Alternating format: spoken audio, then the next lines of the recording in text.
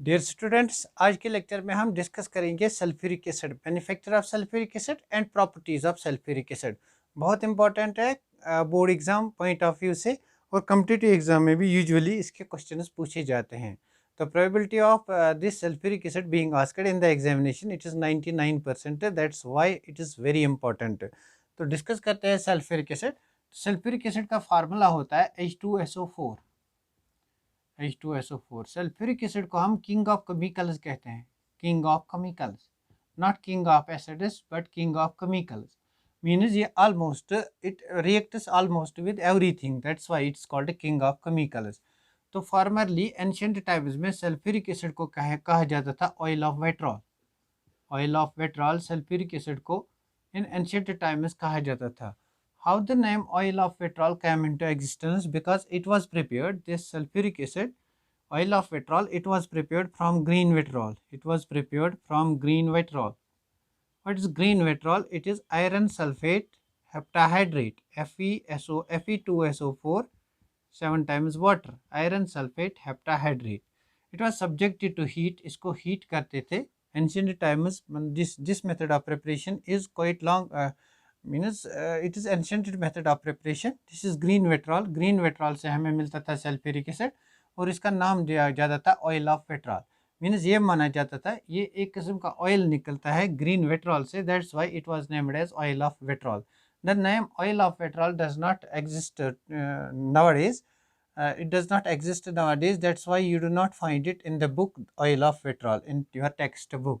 सो यहाँ पे कैसी रिएक्शन होती थी, यहाँ पे हमें सल्फ्यूरिक एसिड मिलता था H2SO4 plus we get over here Fe2O3 oxide of iron plus we get water. इस रिएक्शन को बैलेंस करने के लिए we take this two times means 7 2s are 14, 2s are 28 hydrogens. These are 13 hydrogens, 13 2s are 26 and 2 28. I think the reaction got balanced. We have this is 2 times, then the reaction gets balanced. This is how anciently this sulfuric acid was manufactured. It was manufactured from green vitriol. What's green vitriol? It is iron sulfate heptahydrate. It was subjected to heat. We get there sulfuric acid, iron oxide and water. This is why this sulfuric acid was named as oil of vitriol in ancient times. तो यहाँ पे अगर हमें इसकी manufacture की बात करनी है, हमें बात करनी है manufacture on industrial scale, that means industrial method of preparation. तो इंडस्ट्रियल मेथड ऑफ प्रिपरेशन में हमें डिस्कस करना है कंटैक्ट प्रोसेस। कंटैक्ट प्रोसेस आपके एग्जाम में कंटैक्ट प्रोसेस ही एक्चुअली पूछा जाता है, contact process.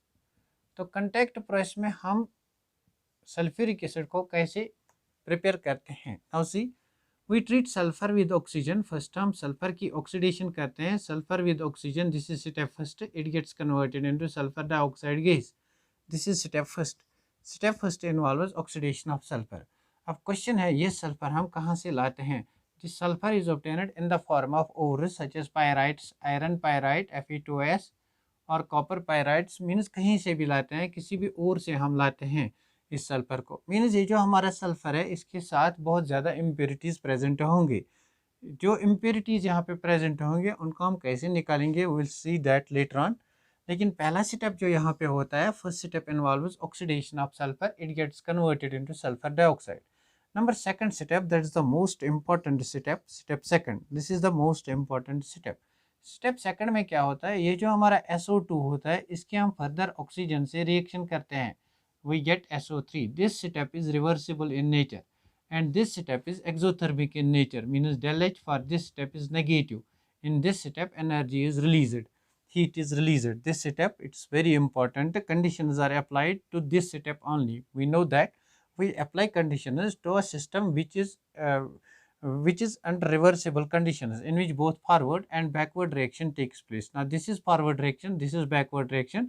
We have to increase the concentration of SO3, means forward direction में हमें रिएक्शन करनी है। तो कौन से स्टेप ज़रूरी है फॉरवर्ड रिएक्शन में इस रिएक्शन को प्रोसीड करने के लिए, इसके लिए we take help of Le Chatelier principle. तो यहाँ पे ली-चैटलियर प्रिंसिपल को अप्लाई करते हैं एंड कंडीशंस देखेंगे इस पर कौन कौन सी कंडीशंस अप्लाई होती हैं। तो इस स्टेप पे हम देखेंगे कंडीशंस। इस स्टेप में हम देखेंगे कंडीशंस कौन कौन से होते हैं. It has been found the results of formation of SO3 they are better, the yields are better if we take the molar ratio of SO2 and O2 in the ratio of 2 is to 3. Means the ratio is taken in the ratio of 2 is to 3. 2 means sulfur dioxide 2 moles and oxygen 3 moles.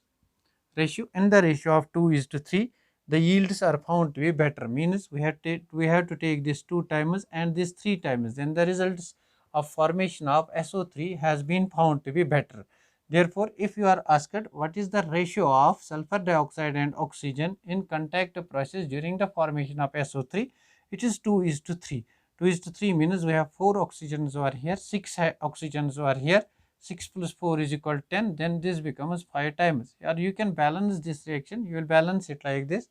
2 times sulfur dioxide, you take it 2 times or half times oxygen. But in order to increase the yield, you have to maintain the ratio and you have to take the ratio of SO2 and O2 in the, you have to take them in the ratio of 2 is to 3. So 2 is to 3 is the better ratio for the better yield of SO3. तो यहाँ पे SO3 की yield बढ़ाने के लिए हम इस ratio को प्रेफर करते हैं. Otherwise we take ratio 2 is to 1. So this is first condition. अब अप्लाई करते हैं सेकंड कंडीशन, लीचेटलियर प्रिंसिपल. तो ये रिएक्शन जो है it is a reversible reaction. Reversible reaction में हम यूज़ करते हैं कैटलिस्ट. या तो हम प्लैटिनम कैटलिस्ट यूज़ करते थे, पहले प्लैटिनम यूज़ किया जाता था, बट द प्लैटिनम मेटल जो होता है, कैटलिस्ट जो होता है, इट्स वेरी कॉस्टली. देयरफॉर इसको हमने रिप्लेस किया V2O5 से. So the catalyst used over here is vanadium pentoxide. Vanadium pentoxide means V2O5. V2O5 means 2x minus 10 is equal to 0. 2x is equal to 10, x is equal to 10 by 2, that means x is equal to 5. Or we can say vanadium in fifth oxidation state. We take vanadium in fifth oxidation state as a catalyst. तो यहाँ पे हमें discuss करना है अब कौन सी conditions होगी जो यील्ड ऑफ SO3 को इंक्रीज करेंगे. Number first is this and number second is concentration. तो हमें पता है अगर फॉरवर्ड रिएक्शन को इंक्रीज करना है, what we have to do, we have to increase the concentration of reactants. Concentration of reactant means we will increase the concentration of O2. O2 की concentration को हमें बढ़ाना है. O2 की कंसंट्रेशन जो है इसको इंक्रीज करना है. मींस ऑक्सीजन की कंसंट्रेशन इंक्रीज करने से क्या होगा, ज़्यादा से ज़्यादा नंबर ऑफ कोलिजन्स यहाँ पे होंगे, ज़्यादा से ज़्यादा नंबर ऑफ मोल्स यहाँ पे कोलाइड होंगे, ज़्यादा से ज़्यादा SO3 बनेगा. फॉरवर्ड रिएक्शन में आपको रिएक्टेंट्स की कंसंट्रेशन को इंक्रीज करना है और रिवर्स रिएक्शन में प्रोडक्ट्स की कंसंट्रेशन को इंक्रीज करना है. Now number third important condition is the effect of temperature. Number third condition is effect of temperature, that's temperature. Now see हमने लीचेटलियर प्रिंसिपल में पढ़ा था, अगर कोई रिएक्शन एक्सोथर्मिक होगी, तो उसमें हमें लो टेम्परेचर की ज़रूरत पड़ती है. बिकॉज एक्सोथर्मिक रिएक्शन में क्या होता है, energy is released, heat is released, यहाँ पे खुद ही हीट रिलीज होती है. लेकिन in contact process what we are going to do, we take a temperature of, we maintain a temperature of 750 kelvin. तो यहाँ पे हम ज़्यादा टेम्परेचर देते हैं. अब why we use this much of temperature, why we do not use prefer low temperature, why we increase temperature over here. हम यहाँ पे टेम्परेचर को बढ़ाते क्यों हैं, तो हमने काइनेटिक्स में पढ़ा था किसी भी रिएक्शन को कैरी आउट करने के लिए क्या होना चाहिए. This is the energy level diagram. For example these are reactants, this is transition state and these are products. तो जो रिएक्टेंट मॉलिक्यूल्स होंगे उनको पहले कोलाइड करना होता है और वही collisions led to the formation, only those collisions led to the formation of product which have proper orientation. तो प्रॉपर ओरिएंटेशन और द नंबर ऑफ कोलिजन्स को इंक्रीज करने के लिए हमें क्या करना पड़ता है, टेम्परेचर को इंक्रीज करना पड़ता है. That's why we take a temperature of 750 kelvin so that effective collisions can take place between SO2 and O2. With increase in temperature, effective collisions take place. The number of effective collisions increases. As a result, the rate of production of SO3 increases. This is the reason why we use temperature of 750. Otherwise, we should have used over here low temperature. Now the fourth condition in this case is effect of pressure. तो आपको पता है pressure अगर हम increase करेंगे then reaction proceeds in that direction where there is decrease in the number of moles, where there is decrease in number of moles. अगर आप pressure को इंक्रीज करोगे रिएक्शन उस डायरेक्शन में जाएगी जहाँ पे नंबर ऑफ मोल्स कम होंगे। फॉर एग्जांपल हमारे पास जो रिएक्शन थी SO2 plus O2 gives SO3, हमें फॉरवर्ड रिएक्शन करनी है। तो अगर यहाँ पे नंबर ऑफ मोल्स कम होते हैं तो रिएक्शन इस डायरेक्शन में with increase in pressure proceed करेगी। This is 2 times and we get this 2 times. See the number of moles over here is we have 2 of this and 1 of this, that is 3. In this case we have 2. So reactant में हमारे पास 3 और product में हमारे पास 2 है। So the number of moles decrease होते हैं जब हम फॉरवर्ड रिएक्शन की तरफ जाते हैं। Production of SO3 results in the decrease in the number of moles. तो अगर नंबर ऑफ मोल्स डिक्रीज होते हैं तो हमें प्रेशर क्या ज़रूरत पड़ेगा, वी नीड हाई प्रेशर। तो यहाँ पे हमें हाई प्रेशर की नीड होगी for the formation of for the better yield of SO3 we need high pressure. लेकिन मैंने आपको कहा है जो भी पावर प्लांट्स होते, जो भी बड़े बड़े प्लांट्स होते हैं जिनमें industrial method of preparation use होता है उनमें हाई प्रेशर मेंटेन करना बहुत मुश्किल होता है। It's very difficult and it's very costly. Therefore हम क्या करते हैं, we use low pressure over here, that's why low pressure is used. A pressure of 2 bar is used, 2 bar. So हमें यहाँ पे प्रेशर कम इस्तेमाल कर यूज़ करना पड़ता है। Why? Because high pressure would require high pressure would require very drastic conditions and it will be costly to maintain those it will be costly to maintain high pressure conditions। therefore जो हमारा sulphuric acid बनेगा वो बहुत costly होगा। अब अगर sulphuric acid हमारा costly बन गया, जो भी कोई कंट्री होगी, जो भी कोई कंट्री है, कंट्री की इकॉनमी सल्फ्यूरिक एसिड मैन्युफैक्चर पे डिपेंड करती है। हाउ? बिकॉज सल्फ्यूरिक एसिड को हमने कहा किंग ऑफ केमिकल्स। अगर आपको कंट्री में कोई भी केमिकल प्रिपेयर करना है वो केमिकल सल्फ्यूरिक एसिड से बनेगा, सल्फ्यूरिक एसिड उससे रिएक्ट करेगा। देयरफॉर ये सल्फ्यूरिक एसिड ज़्यादा कॉस्टली नहीं होना चाहिए। That's why we use low pressure over here. तो हमने देखा फोर्थ कंडीशन, लो प्रेशर हम मेंटेन करते हैं, that's a pressure of 2 bar. और टेम्परेचर हम कितना यूज़ करते हैं, 750 केल्विन। और हम रेशियो क्या यूज़ करते हैं, प्रेफर्ड रेशियो इज़ 3:2। और क्या होता है, SO3 की प्रोडक्शन इंक्रीज़ करने के लिए कंसनट्रेशन ऑफ ऑक्सीजन को हम इंक्रीज़ करते हैं। अब एक और important point, that's fifth condition, that's catalyst. अब इस रिएक्शन में कौन सा कैटलिस्ट हम यूज़ करते हैं, वी कैन यूज़ प्लैटिनम। हम प्लैटिनम को भी यूज़ कर सकेंगे, लेकिन प्लैटिनम ज़्यादा कॉस्टली होता है और प्लैटिनम क्रूजिव इन नेचर भी है, इट्स क्रूजिव इन नेचर। देयरफॉर हम इसको प्रेफर नहीं करते हैं। We give preference to V2O5। V2O5 से हमें यील्ड जो होता है वो इंक्रीज होता है, percentage yield of formation of SO3 that increases. Therefore catalyst used is V2O5। This catalyst it can be regenerated back. ये इसको कैटलिस्ट वही होता है जिसको हम रिजेनरेट बैक कर सकते हैं after the completion of the reaction. So these are the conditions for the manufacture for the formation of SO3, that is step second of manufacture of sulphuric acid. अब step second में हमारे पास क्या मिल गया, SO3। Now step third में क्या करते हैं, हम SO3 को हम ट्रीट करते हैं विद H2SO4। अब ये H2SO4 कहाँ से लाएंगे, this H2SO4 we can prepare in the lab से हम इस H2SO4 को लेते हैं और इसको SO3 के साथ ट्रीट करते हैं।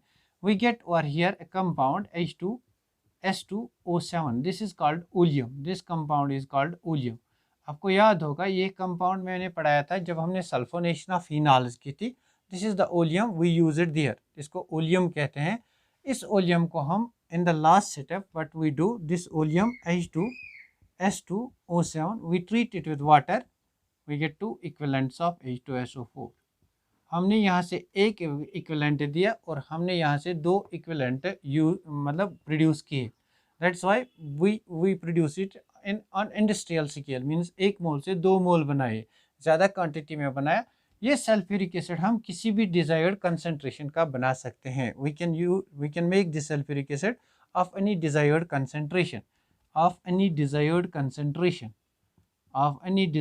कंसनट्रेशन, किसी भी कंसनट्रेशन का सल्फ्यूरिक एसिड यहाँ से मिलता है। It's 98.3% pure, 98.3% pure sulphuric acid. तो यहाँ पे इस सल्फ्यूरिक एसिड को हम नहीं बनाते हैं, इसको हम प्रिजर्व करते हैं एज दिस। जब भी हमें सल्फ्यूरिक एसिड की नीड पड़ती है, इसको हम वाटर के साथ ट्रीट करते हैं, we get sulphuric acid. So this is the manufacture of sulphuric acid in contact process. इसकी एक छोटी सी डायग्राम भी है, आप उस डायग्राम को टेक्स्ट बुक से भी नोट डाउन कर सकते हो। टेक्स्ट बुक से भी आप उस डायग्राम को नोट डाउन कर सकते हो। उस डायग्राम में क्या होता है, थोड़ा सा हम बनाएंगे यहाँ पे शॉर्ट डिस्क्रिप्शन उसका। यहाँ पे हम लेते हैं, यहाँ पे ऑक्सीजन इंसर्ट करते हैं और इस चैम्बर में हम लेते हैं यहाँ पे SO2 सल्फ़र। ये सल्फ़र हम कहाँ से लाते हैं, from ores in the form of pyrites, FeS2, Fe2S, Cu2S, like that. यहाँ पे हमें सल्फ़र डाइऑक्साइड मिलता है। अब ये सल्फ़र डाइऑक्साइड जो यहाँ पे मिला, इसके पास बहुत सारी इम्प्योरिटी भी होगी, यहाँ पे डस्ट पार्टिकल्स भी प्रेजेंट होंगे, दीज आर डस्ट पार्टिकल्स। तो पहला काम होता है इन डस्ट पार्टिकल्स को निकालना। यहाँ से हम इसको पास करते हैं एक डस्ट चैम्बर में, जहाँ डस्ट पार्टिकल्स यहाँ से निकल जाते हैं। तो यहाँ से डस्ट पार्टिकल्स रिमूव होते हैं, डस्ट पार्टिकल्स रिमूव। अब यहाँ पे हमारे पास सल्फ़र डाइऑक्साइड, इस सल्फ़र डाइऑक्साइड के पास अभी भी इम्प्योरिटीज़ हैं, बहुत सारी इम्प्योरिटीज़ है। इसलिए हम इसको क्या करते हैं, इसको हम कनेक्ट करते हैं, इसको हम यहाँ से इस सल्फ़र डाइऑक्साइड को हम यहाँ से सल्फ्यूरिक एसिड डालते हैं, H2SO4। H2SO4 की एक इम्पॉर्टेंट प्रॉपर्टी है, it's absorber, it's a great absorber, means ये वाटर को एब्जॉर्ब करता है। अगर इसमें कोई भी इम्प्योरिटी होगी जो वाटर सॉल्युबल होंगी, तो वो यहाँ सल्फ्यूरिक एसिड से वाटर सॉल्युबल होंगी और हमारा सल्फ़र डाइऑक्साइड गैस ऊपर चला जाएगा। This is sulphur dioxide gas, sulphur dioxide gas ऊपर चला जाएगा क्योंकि हमने सल्फ्यूरिक एसिड डाला। Sulphuric acid acts as a dehydrating agent, it solubilizes the impurities in the form of in aqueous form। यहाँ पे सल्फ्यूरिक एसिड के साल्ट्स बनते हैं। तो यहाँ पे इसको हम ट्रीट करते हैं, इसको अब हम डालते हैं, इसको अब हम एक और कंटेनर में डालते हैं, आर्सेनिक कंटेनर में। तो आर्सेनिक कंटेनर में हम क्या करते हैं, यहाँ पे अगर कोई आर्सेनिक इम्प्योरिटी होगी, बिकॉज ये और से आया है, आर्सेनिक इम्प्योरिटी भी होगी, तो यहाँ से वो आर्सेनिक इम्प्योरिटी हम निकालते हैं। अब इस सल्फ़र डाइऑक्साइड को ऑक्सीजन के साथ, यहाँ इसमें और भी ऑक्सीजन होगा, it contains large quantity of oxygen, इस ऑक्सीजन के साथ मिलके इट विल फॉर्म SO3। तो यहाँ पे हमें SO3 मिलता है। मैंने इसका शॉर्ट डिस्क्रिप्शन बनाया, लेकिन जब भी आप डायग्राम बनाओगे, आप डायग्राम टेक्स्ट बुक से बनाना या किसी भी बुक से बनाना। तो इस SO3 को हम क्या करते हैं, we subject this SO3 with, मतलब इसमें हम डालते हैं यहाँ से H2SO4। तो H2SO4 डालने से क्या होगा, इट गेट्स कन्वर्टेड इनटू ऊलियम, यहाँ से हमें ऊलियम मिलता है, H2S2O7। इस ऊलियम को हम फिर यूज़ करते हैं जब भी हमें सल्फ्यूरिक एसिड की ज़रूरत होगी, इस ऊलियम से हम वो सल्फ्यूरिक एसिड बनाते हैं। So this was the method of preparation of sulphuric acid by contact process. इसकी डायग्राम बनाना आप नहीं भूलना from your text book, text book से इसकी डायग्राम बनाना, बिकॉज कभी कभी एग्जाम में पूछा जाता है, elaborate with the help of diagram contact process manufacture of sulphuric acid. तो अब बात आती है प्रॉपर्टीज़ ऑफ सल्फ्यूरिक एसिड की। प्रॉपर्टीज़, सल्फ्यूरिक एसिड की कुछ इंपॉर्टेंट प्रॉपर्टीज़ होती है, बहुत ही important properties. Firstly it's acidic nature, that is the first property. Number second is sulphuric acid जो हमारा है, it acts as a dehydrating agent, dehydrating agent बहुत ही इंपॉर्टेंट है, it acts as a dehydrating agent. Number third, acts as an oxidising agent, it acts as an oxidising agent. Water absorber का काम करता है, that is dehydrating agent. Number fourth, water absorption, that is also property of dehydration. तो पहला acidic nature, अगर हम sulphuric acid को देखेंगे, सल्फ्यूरिक एसिड का स्ट्रक्चर ये वाला होता है, ऑक्सो एसिड ये है, S double bond OOH, S double bond O, there are 2 ionisable protons. हम इस प्रोटॉन को भी लॉस कर सकते हैं with on treating with water, means aqueous solution में। तो क्या होगा, ये लोन पेयर ऑफ इलेक्ट्रॉन इस प्रोटॉन को एक्सेप्ट करेगा, we will get H3O plus we will get HSO4 negative. यहाँ पे जो पहला वाला डेसिशन कांस्टेंट होगा, let this is K1 डेसिशन constant. अब क्या है, जो हमारा HSO4 नेगेटिव है, that is S double bond O single bond O negative single bond OH। इसके पास अभी एक और प्रोटॉन है, it can react with one more molecule of water. This water will act as a base because it accepts this proton, and this acts as a acid because it gives proton. तो यहाँ पे decision constant इस acid का for example हम K2 लेते हैं. डेसिशन कांस्टेंट अगर K2 लेंगे we get S double bond O single bond O negative single bond O negative, that is SO4 2 minus plus we get H3O. Means यहाँ पे ये प्रोटॉन देता है, ये भी प्रोटॉन देता है, they are acidic in nature. But the value of ionization constant K1 is greater than that of K2. K1 is greater than that of K2. अब K1 क्यों greater than है than that of K2 आप यहाँ से भी समझ सकते हो. See यहाँ पे क्या है, negatively charged ion है. Negatively charged ion means this is in conjugation with this. यहाँ भी conjugation है, यहाँ भी conjugation है. अब conjugated system more stable system होता है, उसमें से प्रोटॉन निकालना ज़्यादा difficult होगा compared to in this case. That is why equilibrium constant is greater than K2. Equilibrium constant K1 is greater than K2. तो यहाँ पे दो equilibrium constant मिलते हैं, equilibrium constant K1 and K2. यही वजह है हम इसको डाइबेसिक एसिड भी कहते हैं, dibasic acid, because it gives two protons, it forms two types of ions, that's why anions, that's why it's called a diabasic acid. तो एक और इम्पॉर्टेंट पॉइंट, यहाँ जो ये SO4 नेगेटिव मिल गया हमें, SO4 नेगेटिव SO4 नेगेटिव, अगर हम इसकी स्ट्रक्चर देखेंगे double bond O single bond O negative single bond O negative. इसकी हाइब्रिडाइजेशन अगर चेक करेंगे, hybridisation will be 1/2.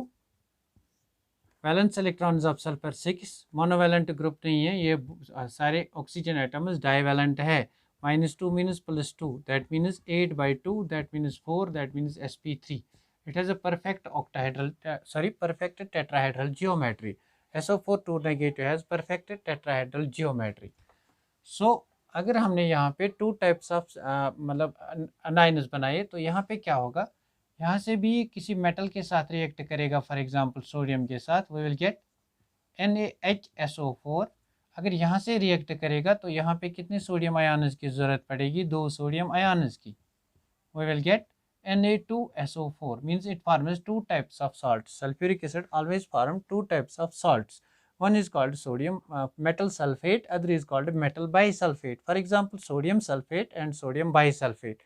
Why two types of salts are formed? Because we get two anions over here. This is anion with one charge, only one metal ion will react with it, and in this case two metal ions will react with it. Here we get sodium sulfate and here we get sodium bisulfate. You can take any metal, then we will call it metal sulfate and this as metal bisulfate. तो हमें जो पता है acids की जो भी reactions होंगी वो यहाँ सल्फ्यूरिक एसिड भी दिखाएगा. Means it can react with base, it can react with carbonates, it can react with sulphates. तो वो रिएक्शंस आपको आती हैं. अब कौन से रिएक्शंस कहाँ दिखाएगा, मीन्स एसिड अगर है H2SO4, ये रिएक्ट करेगा with base, for example NaOH. तो क्या होगा यहाँ पे मैं इसको ऐसे दिखाऊंगा. What will happen over here, sodium hydroxide का OH इसको लेगा, we will get NaHSO4. अगर हम दो सोडियम आयन्स के सोडियम हाइड्रोक्साइड के साथ ट्रीट करेंगे तो यहाँ से भी वाटर लॉस होगा और यहाँ से भी वाटर लॉस होगा. we will get Na2SO4. This is the acidic property of sulphuric acid. अब इसी तरह ये कार्बोनेट्स और सल्फेट्स के साथ रिएक्ट करेगा. कार्बोनेट्स के साथ रिएक्ट करने से कार्बन डाइऑक्साइड और वाटर को रिलीज करेगा एंड सल्फेट्स के साथ सल्फर डाइऑक्साइड और वाटर रिलीज करेगा. Number second property is oxidising dehydrating agent. It acts as a dehydrating agent. Means किसी भी कंपाउंड से अगर आपको वाटर निकालना है, you can treat that compound with sulphuric acid. For example हमारे पास शुगर्स हैं C6, H6, O12, ये हमारे पास शुगर है. इसको अगर हम सल्फ्यूरिक एसिड के साथ ट्रीट करेंगे H2SO4, यहाँ से जो भी ऑक्सीजन एटम्स हैं they will be released in the form of water because it's a good absorber of water. ये वाटर को एब्जॉर्ब करता है, यहाँ से वाटर को एब्जॉर्ब करता है. Means we get 6 times carbon over here. हमें कार्बन मिलेगा, that is a black precipitate. Carbon is black in nature. Means you are carrying this acid, you will get black precipitate. आप किसी भी spatula means कोई भी चमचा ले लो, चमचे पे आप किसी भी शुगर को ले लो, घर में आप ये टेस्ट कर सकते हो। आप शुगर को चमचे पे ले लो, अगर आपके पास सल्फ्यूरिक एसिड है, थोड़ा सा सल्फ्यूरिक एसिड ऐड करके you will get carbon over there, और यहाँ से क्या होगा, सल्फ्यूरिक एसिड इन सारे वाटर मॉलिक्यूल्स को रिलीज करेगा, means all the water molecules will be lost over there.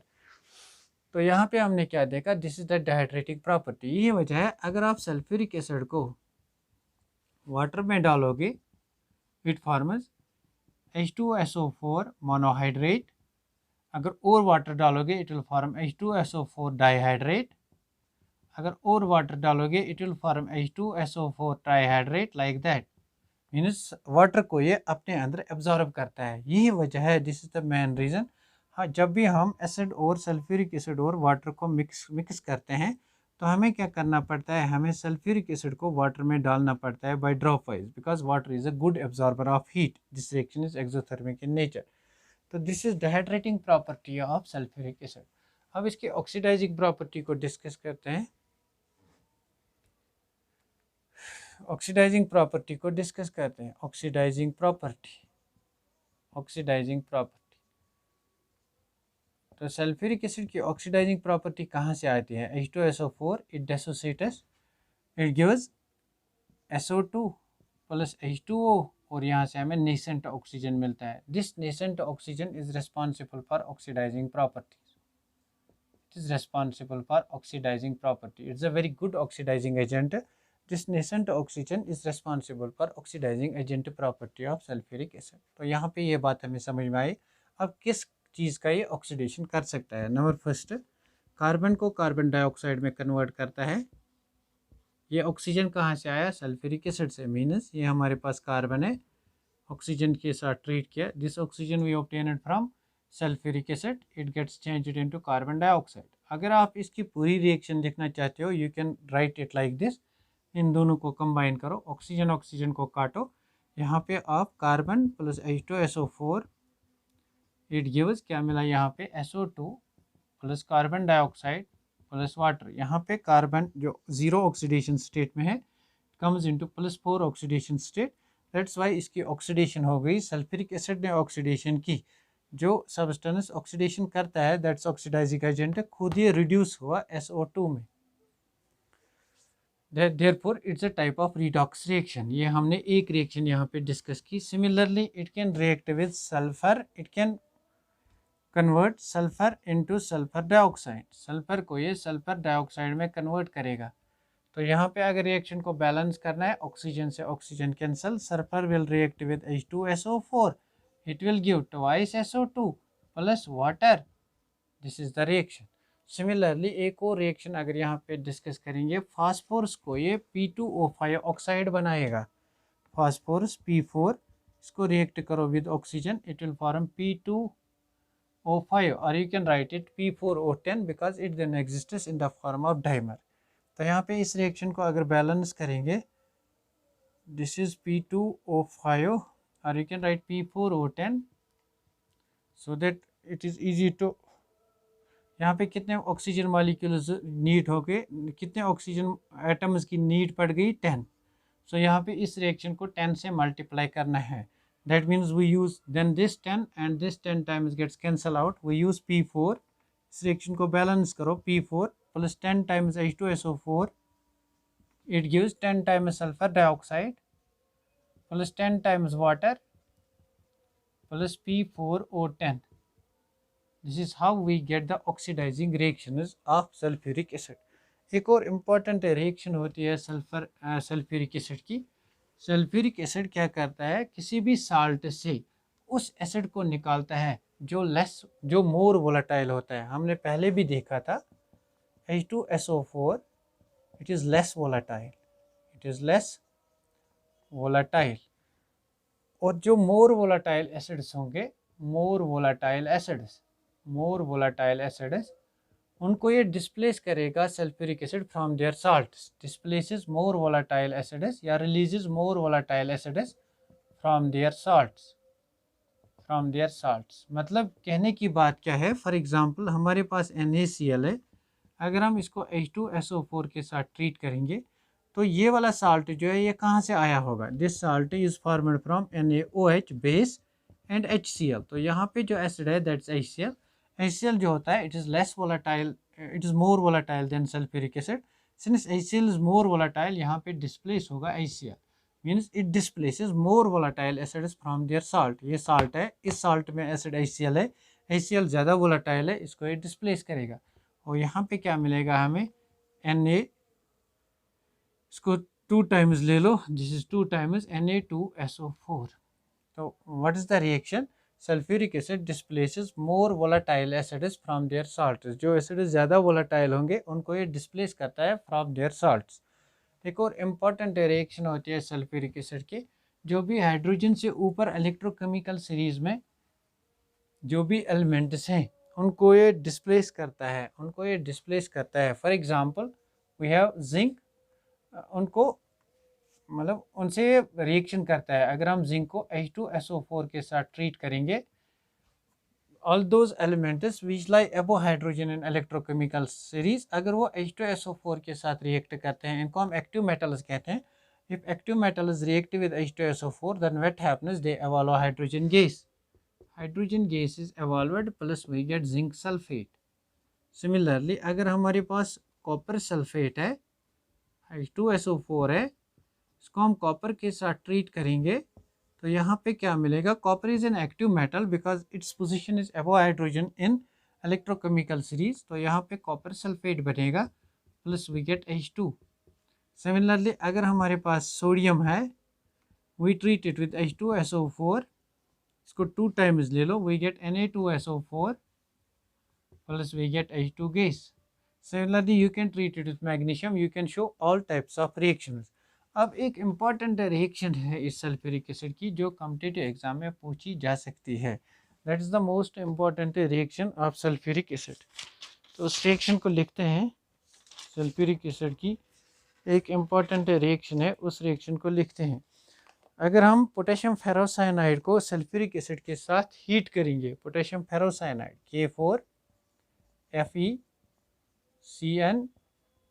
K4FeCN whole 6, K4FeCN whole 6, यहाँ पे ऑक्सीडेशन स्टेट निकालेंगे, it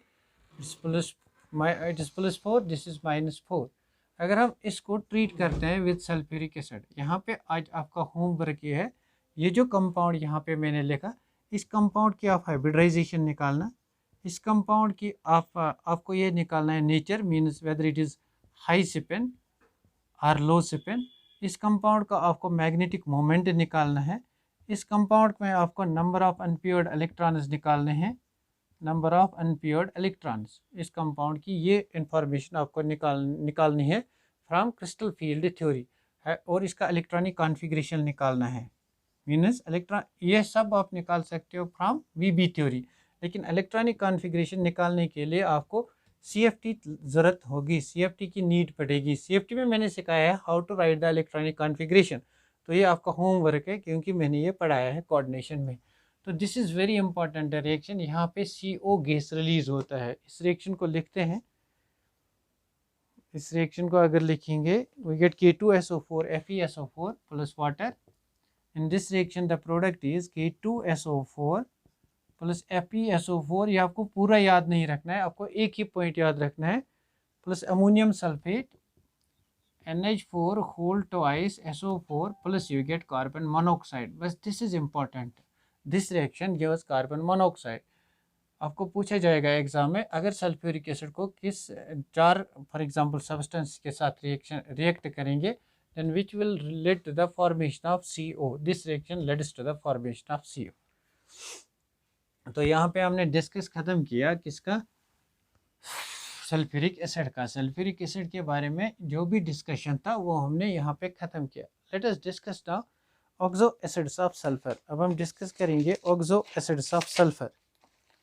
let us discuss now oxo acids of sulphur. बहुत इजी है oxo acids को याद रखना,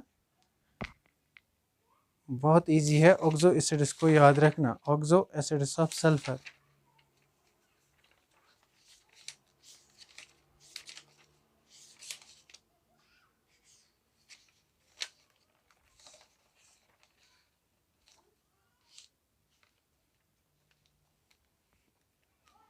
तो ऑक्सो एसिड्स ऑफ सल्फर आपको याद करने के लिए हमें क्या करना पड़ेगा, ऑक्सो एसिड्स। एक क्वेश्चन कॉम्पिटिटिव एग्जाम में यहाँ से आता है, ऑक्सो एसिड्स ऑफ सल्फर। कौन कौन से ऑक्सो एसिड्स है?